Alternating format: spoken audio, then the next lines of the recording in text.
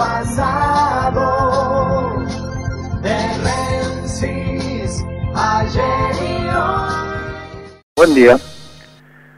Un día como el de hoy, en 1971, el dictador Lanusse se hacía cargo del gobierno y se sacaba finalmente la careta porque había sido el titiritero de la llamada Revolución Argentina, después que Onganía había intentado un giro cuando derrocó a Ilia, pseudo nacionalista, y por otro lado, los liberales del ejército decían que eso no podía ser. Habían cambiado 9 meses antes a Onganía por Leviston. Cuando lo nombraron a Marcelo Leviston, los argentinos nos preguntábamos todos ¿quién es? Nadie sabía quién era.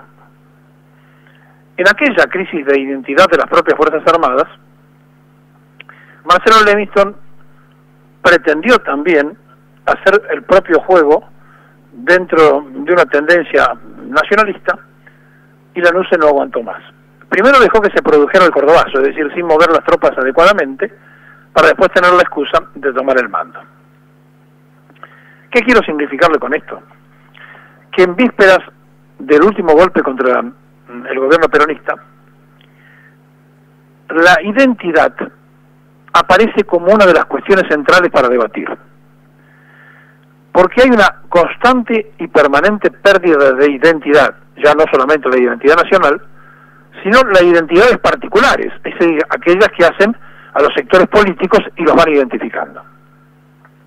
Una ola que avanzó sobre el peronismo, confundiendo peronismo y progresismo, y haciéndole creer a los peronistas que determinadas banderas del progresismo le pertenecían al peronismo. Se ha escuchado mucho y se ha escrito y se ha hablado acerca del proyecto de Perón, acerca de cómo había que fomentar el crecimiento demográfico de la Argentina para apoyar a la familia, el núcleo central de la doctrina peronista. La unidad básica para Perón no es un local, sino es la familia, y desde allí potenciar la población que le hacía falta al país. Claro, Perón hablaba en un ciclo donde la realidad económica y social fuese manejada por gente de su propia capacidad. Hoy se hace tan difícil sostener un hijo que las banderas que alguna vez el Fondo Monetario Internacional llevó adelante del control de la natalidad, porque no han dispuesto ninguna medida para una distribución equitativa del Producto Bruto, el 25% de la sociedad mundial consume el 75% de lo que se produce, y el 75% de la población del planeta se conforma con el 25%. Por eso, el propio Perón decía que en el año 2000 iban a tener que inventar la bomba de 500 megatones, como para decir, bueno, hay que eliminar a la gente. Bueno, uno de los proyectos es el control de la natalidad, y uno de los proyectos también es insistir sobre el tema del aborto. Digo esto porque es tan profunda la confusión para saber de dónde se viene y cuál es el pensamiento del peronismo, que están divididos como están divididos los radicales, los liberales, los comunistas, es decir, todos están divididos en torno al pensamiento de qué hay que hacer con el tema del aborto. Pero este tema, como tantos otros que se instalan, que son necesarios que se debaten en una sociedad, le ponen el tiempo y el calendario suficiente para distraernos de otras cosas. Y en esa distracción de otra cosa, la falta justamente de identidad hace que sean rehenes de la prensa y de los medios de comunicación la mayoría de los dirigentes sociales y políticos. Y entonces, a partir de esto, de una estructura bien elaborada, donde se le cuenta a la sociedad lo que se le quiere contar, y se incluye, como alguna vez pensó Mañeto, que 3 tapas de Clarín volteaban un presidente, y donde se incluye la fuerza que tienen los medios de comunicación, hacen que los dirigentes trabajen más para la foto que para el pueblo. En esta misma creencia de la falta de identidad, empiezan las demostraciones de fuerza de las cosas pequeñas. el hecho de que el otro día el llamado Argentina Federal, es decir, los diputados que responden a los gobernadores, se levantaron en coincidencia con Cambiemos y dejaron sin quórum a la Cámara, después que habían aprobado la ley que modificaba el DNU, pero al no derogar el DNU sigue vigente. Ayer le vaciaron la reunión al presidente del Partido Justicialista y prácticamente, salvo la gobernadora de Catamarca, no fue nadie.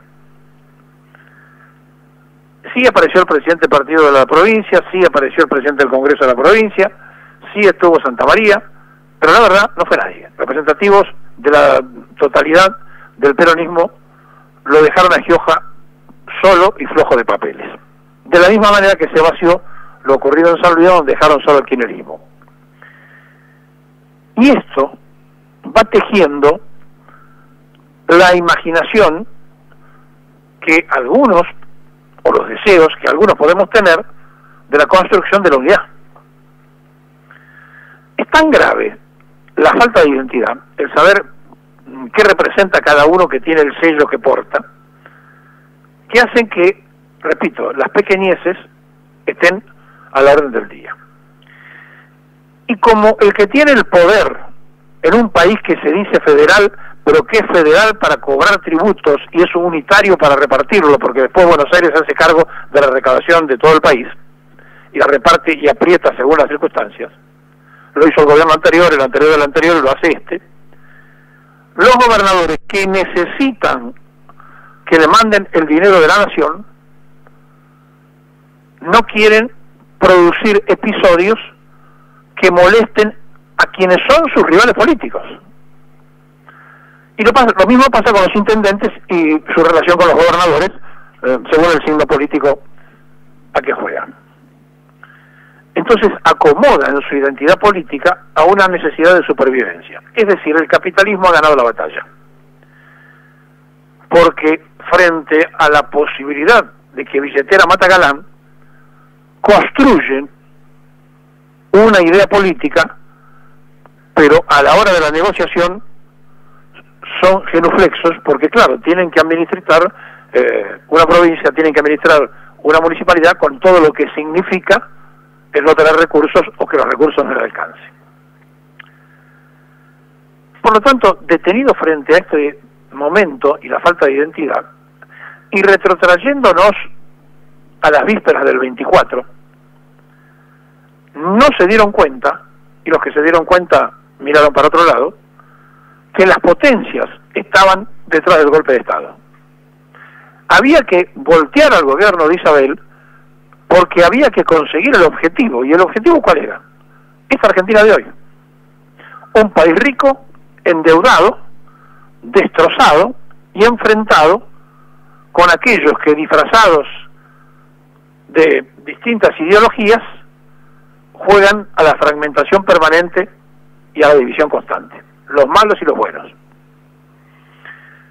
El River y Boca permanente de la sociedad argentina. ¿Por qué? Porque así somos fáciles de ser dominados. Y así como Lanuse dejó o miró para otro lado,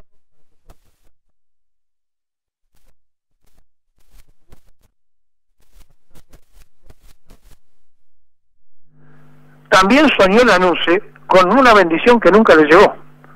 Él creyó que podía ser presidente constitucional, después armó un aparato donde decía el gran acuerdo nacional, o sea, soñando con que Perón lo iba a bendecir, y llevó de candidato al brigadier Ezequiel Martínez, que era joven y podía, según decían en aquel momento, la campaña.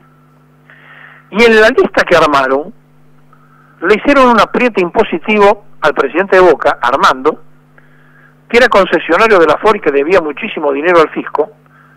Le consiguieron la concesión de otra marca, le perdonaron la deuda y lo pusieron de candidato a gobernador, creyendo que el presidente de Boca iba a arrastrar detrás del proyecto de Lanuse los votos peronistas o los votos populares de Boca. Lanuse no soñó nunca que iba a aparecer un día otro presidente de Boca y iba a ser presidente de la nación. Bueno, nosotros tampoco. Y a partir de aquella aparición y aquel armado, en la lista gente que respondía a Jorge Daniel Paladino, que ya había sido desplazado como delegado de Perón, integró la lista como candidatos a diputados. Es decir, peronistas que integraban esa lista. Y como si todo esto hubiese sido poco, el agitador Guillermo Patricio Kelly también fue candidato a diputado de esa lista de la LUCE. Y por supuesto, el fracaso electoral fue absoluto y rotundo.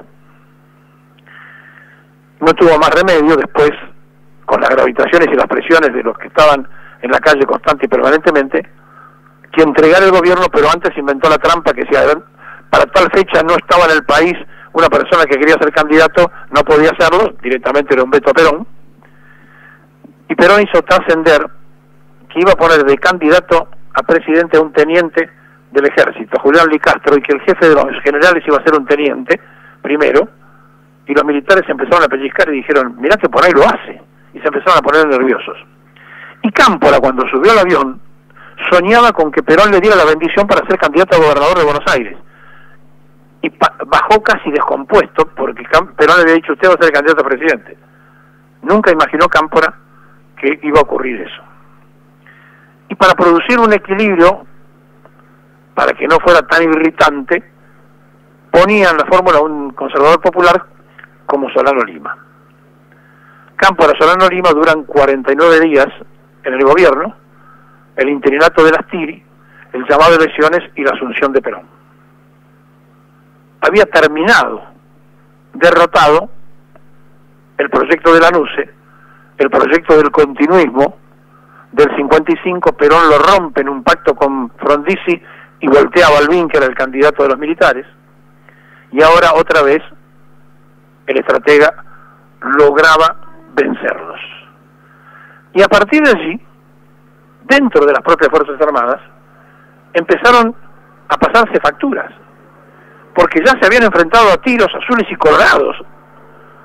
Habían puesto a soldados argentinos que estaban haciendo servicio militar bajo las balas para pelear espacios de poder. Y otra vez se mostraba la falta de identidad. Por eso, saber quiénes somos hoy es muy importante, porque no alcanza con decir en contra de qué se está, si no sabemos a favor de qué queremos estar.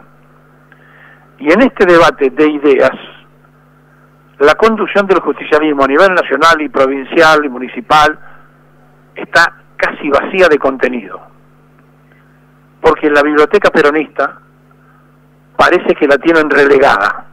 No leen a Perón, no lo escuchan a Perón, y así no va.